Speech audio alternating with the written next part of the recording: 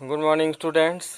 कैसे हैं आप लोग सब लोग। इसके पहले हम लोगों ने पढ़ा था पिछले क्लास में कि 9th फिजिक्स के मोशन चैप्टर में पढ़ा था कि वेग समय ग्राफ से हम जो है कैसे समीकरण प्राप्त कर सकते हैं। तो पिछला हमने किया था, दो समीकरण हमने प्राप्त किया था, एक गति का पहला समीकरण और एक गति का दूसरा समीकरण। आज उसके आगे कंटिन्यू करते हुए वीडियो स्टार्ट करते हैं। आज उसके आगे पढ़ना एक और समीकरण जिसका नाम है गति का तीसरा समीकरण। नॉर्मली मैंने आपको बताया भी था कि गति के कौन कौन से तीन समीकरण हैं। दो का डेरिवेशन हम लोगों ने कर लिया था, तीसरा आज स्टार्ट करते हैं। तो सबसे पहले हम वेग समय ग्राफ बना लेते हैं। मान लीजिए दो एक्सिस हैं, उस दिन मैंने चर्चा किया था, और ये मूल बिंदु है। यहाँ से जब कोई कण स्टार्ट करता है, यहाँ हम समय दिखाते हैं सेकंड में, और यहाँ हम दिखाते हैं वेग मीटर पर सेकंड। इसको मान लीजिए हम 5 लिखते हैं, यहाँ 10 सेकंड, यहाँ 15, यहाँ 20, यहाँ 25। यहाँ लिखते हैं 10, यहाँ 20, यहाँ 30, यहाँ 40, यहाँ 50, डॉट डॉट इस तरह से आगे बढ़ाते जाए। अब यहाँ मैंने आपको दिखाया था जो ग्राफ मिलता है एक सरल रेखा होता है, ठीक। तो इस तरह से वेग समय ग्राफ को हमने पढ़ा था, इसके बारे में मैंने डिटेल आपको बताया भी था। आज निगमन हमें करने के लिए यहाँ से मैंने एक इस पे ड्रा किया था और एक लाइन इस पे हमने खींचा था। यहाँ मैंने माना था कि ये है, ये मान लीजिए बी है, ये सी है, और इसको समकोण त्रिभुज बनाते डी है, और ये ई है। यहाँ से यहाँ आने में उसको टी सेकंड लगा, ठीक। मान लीजिए इस पे समय है t1 और यहाँ समय है t2, तो दोनों का अंतर जो है यही तो है। तो इसको हम कहेंगे t2 minus t1, t2 minus t1 equal to t। यहाँ से मान लीजिए इसके सिर में है, यहाँ से इसका जो वेग है ये है u, लेकिन जब कण यहाँ पहुँचता है ई पर तो यहाँ इसका वेग है v, ठीक। तो पूरा ये v है और इतना क्या है u, तो ये आपको मिला था v माइनस u। अब मैंने कहा था, यहाँ लिख लेते हैं गति का तृतीय समीकरण। तो गति का तृतीय समीकरण प्राप्त करने के लिए जो आप ये सब चीज़ें समझ गए होंगे। अब इसके बाद हम नेक्स्ट आगे बढ़ते हैं कि यहाँ से यहाँ तक पूरा जो इसकी दूरी है v है, और ये दूरी कितनी है u है। तो अगर ये निकालना है तो इसमें से हम इसको क्या करेंगे, निकाल देंगे, तो इतनी दूरी हमको बच जाएगी। इसीलिए यहाँ लिखा है v माइनस u। गति का दूसरा समीकरण जब हम निकाल रहे थे, आपको याद होगा, तो मैंने कहा था कि अगर मैं इस आकृति का पूरा का क्षेत्रफल इसका निकाल लूं तो हमें वो समीकरण प्राप्त हो जाएगा। तो यहाँ हमने लिखा था A B C D E का क्षेत्रफल बराबर आपको मिला था कि समकोण त्रिभुज, ये देखिए समकोण है ए डी ई का क्षेत्रफल प्लस ये आकृति कैसी है, आयत है, तो आयत ए बी सी डी का क्षेत्रफल। अब यही चीज हम निकाल लेते हैं। देखिए समकोण त्रिभुज का क्षेत्रफल जो होता है 1/2 गुणे आधार गुणे लंब। तो यहाँ हो गया v माइनस यू, लंब हो गया, और आधार है t। देखो ये क्या है, लंब है, और ये क्या है, आधार।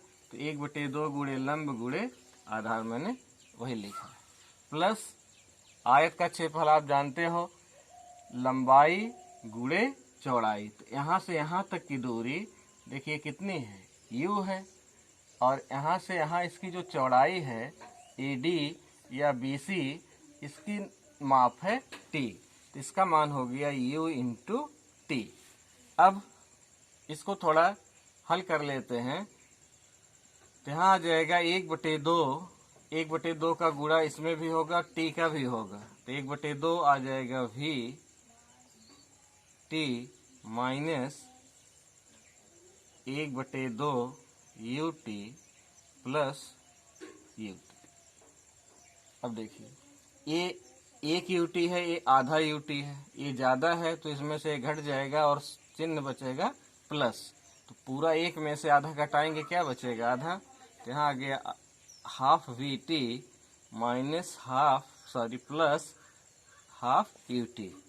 अब इसमें से हम जो है 1/2 T कॉमन ले लेते हैं, तो यहाँ मिलेगा V प्लस U। तो इस तरह से हम इसको लिख लेते हैं।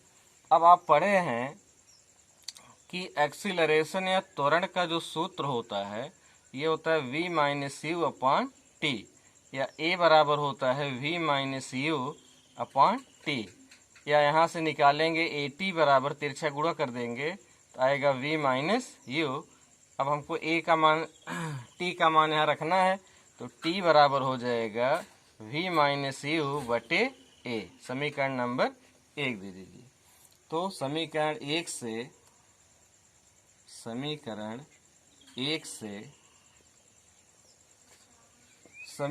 2 में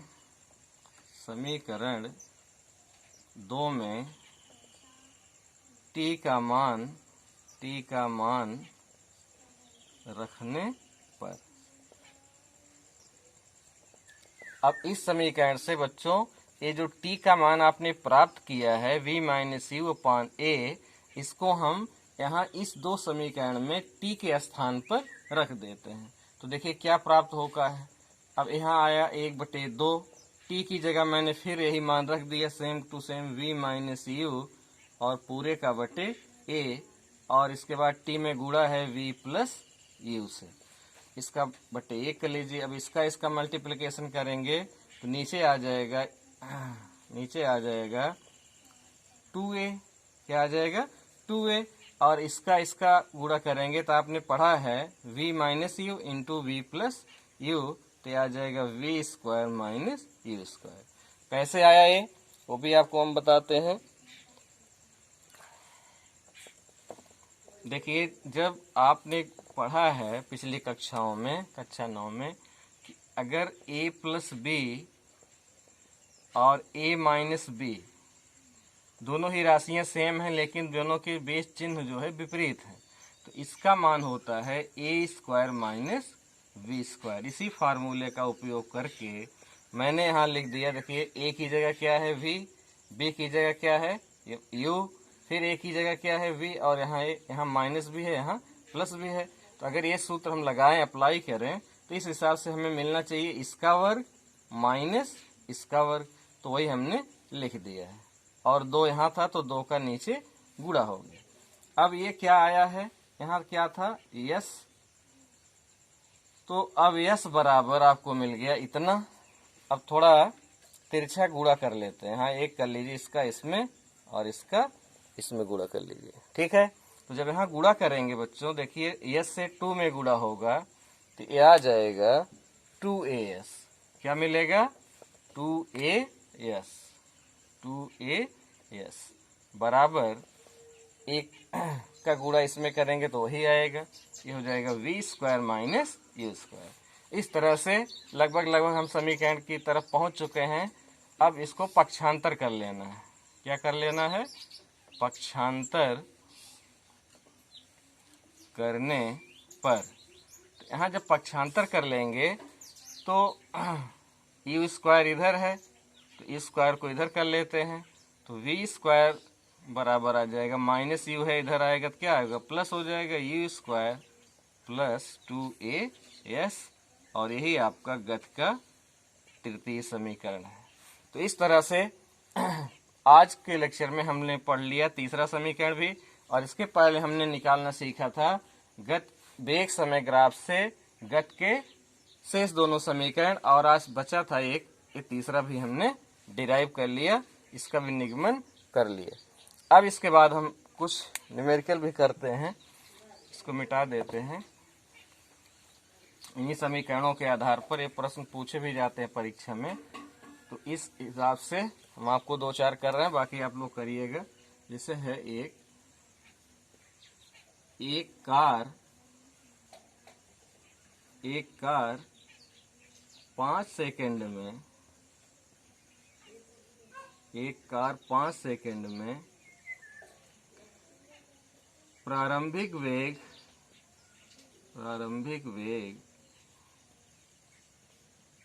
10 मीटर पर सेकंड से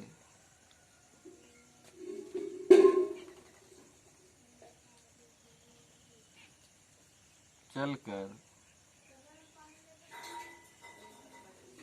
अंतिम स्थान तक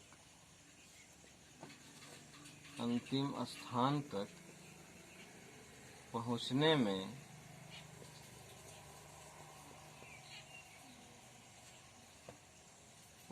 में 5 मीटर पर सेकंड का वेग प्राप्त कर लेती है।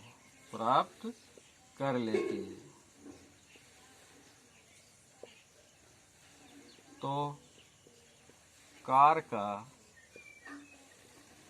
त्वरण ज्ञात कीजिए।